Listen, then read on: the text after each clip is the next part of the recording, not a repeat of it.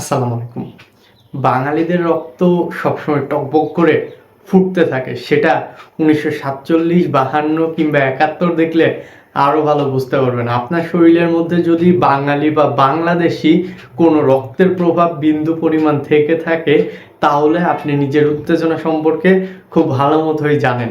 হ্যাঁ, আজকে রদ্রিগো দি পল, ক্যাসিমিরো যে দলটাতে আছেন, সেই দলটার বিপক্ষে বুক ফুলিয়ে লড়াই করে বুক চিতিয়ে যে মানুষটার সামনে দাঁড়িয়েছিলেন, তিনি সুলিভান ব্রাদার্সের বড় ভাই কাভান সুলিভান।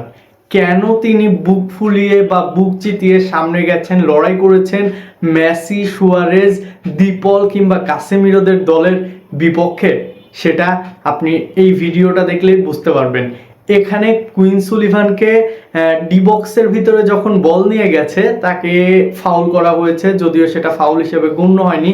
তার পায়ের উপরে ইন্টার মায়ামির একটা ডিফেন্ডার তিনি পা তুলে দিয়েছেন, যার প্রতিবাদ করতে এগিয়ে এসেছেন সেই সুলিভান ব্রাদার্সের বড় ভাই কাভান সুলিভান। আর কুইন সুলিভান তিনি তো উল্টে ফেলেই দিয়েছেন সেই ডিফেন্ডারকে। ঠিক এই কারণেই রেড কার্ড দেখতে হয়েছে, এবং এরপরে লিওনেল মেসিকেও আমরা স্ক্রিনে দেখেছি, তিনি হতভম্ব হয়ে গেছেন।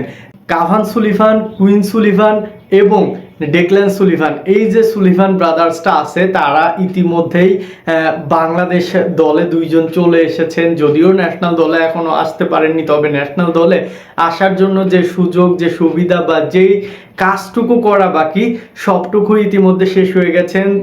সেই দুই ভাই ইতিমধ্যে বাংলাদেশের হয়ে অনূর্ধ্ব লেভেলের সাফ পর্যন্ত জিতেছেন। তাহলে তাদের রক্তের মধ্যে বাংলাদেশি যেই কথাটা আমি বললাম, সেটা আমি বোধ করি কোনোভাবে ভুল বললাম না। যখন আমার আপনার দেশে প্লেয়ারটার উপরে এরকম হবে, তখন আমি আপনি অবশ্যই সেটার নিন্দা জানাবো বা নিন্দা জানাতেই পারি। সব কিছু ছাপিয়ে সুলিভানের এই যে বন্ড বা ভ্রাতৃত্বটা যেটা দেখা গেল, সেটা খুব কম সময় যায়।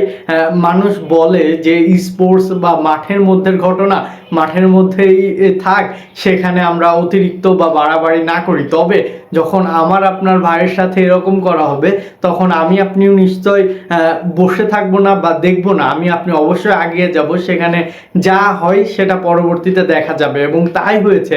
পরবর্তীতে কাভান সুলিভান রেড কার্ড দেখে মাঠ ছেড়েছেন, তিনি মাঠ থেকে বেরিয়ে গেছেন, এবং তিনি যা করার সেই কাজটা খুব ভালো মতোই করেছেন। এই কারণে তিনি পরের ম্যাচ খেলতে পারবেন না, এবং ইন্টার মায়ামির সাথে এই যে ম্যাচটা হয়েছে, সেখানে 2-2 গোলের ড্র হয়েছে, এবং এই কাহিনীটা ঘটেছে ঠিক এক্সট্রা টাইমের বা অতিরিক্ত সময়ের ওই যে 9 মিনিট দেওয়া হয়েছিল শেষের দিকে এসে।